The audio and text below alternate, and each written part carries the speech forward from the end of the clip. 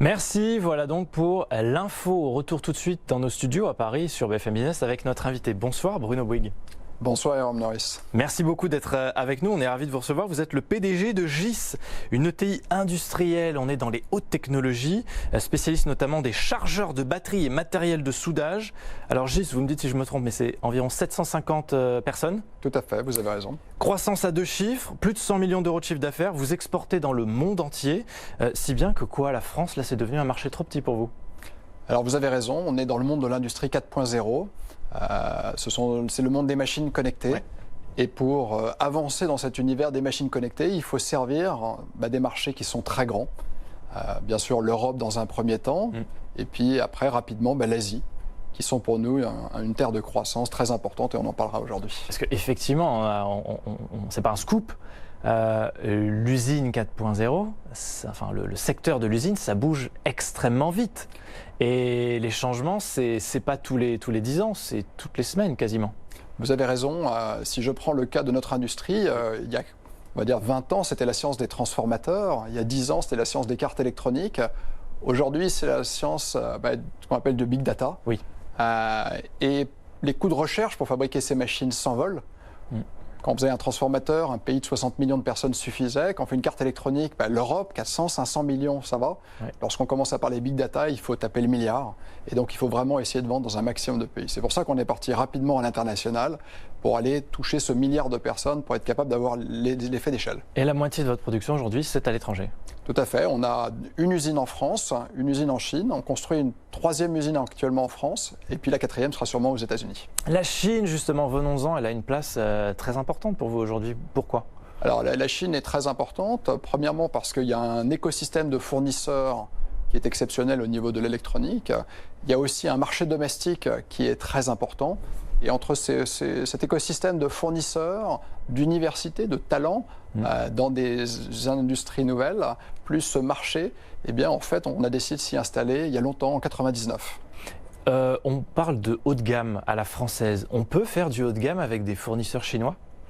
On peut tout à fait. Aujourd'hui, je pense que la grande différence entre l'offre chinoise d'il y a 20 ans et l'offre chinoise d'aujourd'hui, c'est qu'elle s'est segmentée.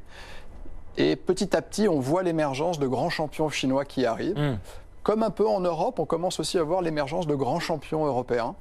Je pense que tout ça est en train de se stabiliser. Et GIS, on a la chance de jouer dans le haut de gamme. Et aujourd'hui, on voit qu'on est une petite dizaine dans le monde, dont quelques Chinois qui commencent à arriver à ce niveau de technologie. Oui, parce que c'est vraiment votre spécialité, là, le haut de gamme. C'est ça le secret de la réussite, notamment quand on travaille avec la Chine. C'est le choix que vous avez fait, en partie. Il faut faire de la haute technologie, faire de la qualité, et il faut leur dire aux Chinois, aux partenaires chinois, nous c'est ça qu'on veut faire et c'est comme ça qu'on veut le faire. Exactement. Donc en fait, en ayant une base industrielle en France, une base industrielle en Chine, on va se concentrer sur des produits qu'on va robotiser, automatiser, pour véritablement gagner en productivité et être très compétitif sur des produits finalement à faible valeur ajoutée. En revanche, on va utiliser la France, le savoir-faire, les ingénieurs français pour développer des produits nouveaux, pour inventer un petit peu l'avenir. On parle de ces machines intelligentes, connectées. Par exemple, vous voyez, cette année, je suis parti à Stanford faire un programme d'intelligence artificielle pendant une semaine, justement pour ramener en France des concepts. Et avec nos ingénieurs, on va sortir une nouvelle génération de machines encore plus intelligentes. Et nos clients chinois nous attendent sur ces produits-là. C'est facile de se déployer en Chine, de trouver des partenaires, de trouver des clients, de dire voilà, il faut nous choisir nous plutôt qu'un autre? Non, la Chine, c'est un grand pays. Il y a 34 provinces. Je pense que chaque province devient aujourd'hui de plus en plus autonome. On ne peut plus partir directement que de Shanghai et se dire à partir de Shanghai, on va servir la Chine. Il faut nouer des partenariats locaux. Ouais.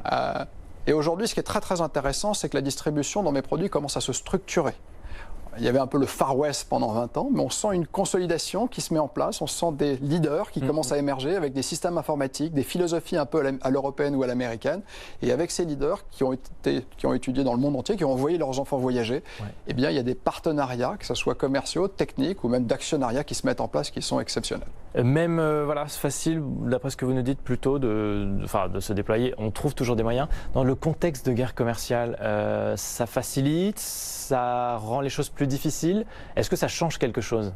Alors la guerre commerciale aujourd'hui, dont on parle beaucoup, elle est entre les États-Unis et la Chine. Et la Chine, et la France est au milieu. La France est au milieu. Alors la France, je vais vous donner un exemple vis-à-vis de GIS. GIS, on avait des clients américains qui nous achetaient des produits à l'usine chinoise. Avec l'arrivée des taxes, ils ont transféré leurs commandes vers l'usine française qui est redevenue compétitive. Donc cette guerre peut avoir des effets finalement d'opportunisme, de transfert d'un pays à un autre. En revanche, il y a aussi des risques. J'avais 2 fournisseurs chinois, dont 80% des ventes étaient aux États-Unis. Avec les droits de douane, leurs ventes se sont écroulées et ils ont fragilisé ma chaîne logistique et donc il a fallu trouver d'autres fournisseurs. Victime collatérale. Donc voilà, donc en fait je pense que rien n'est facile. En ce moment, il y a beaucoup d'incertitudes. Je pense que cette histoire de droits de douane n'est pas terminée. Mais en revanche, eh bien, il faut faire bien attention, qu'on comprenne bien les impacts, rassurer ses clients.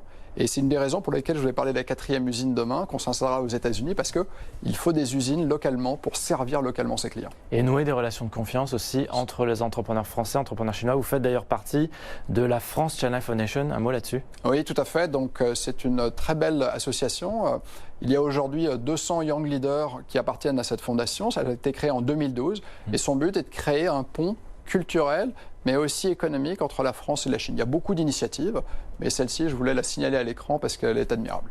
Merci beaucoup Bruno Bouygues. Merci beaucoup Erwan Maurice. Président de GIS, d'être venu nous parler de tout ça sur le plateau de Chineco sur BFM Business. Un témoignage très intéressant qu'on vous propose comme tous les soirs dans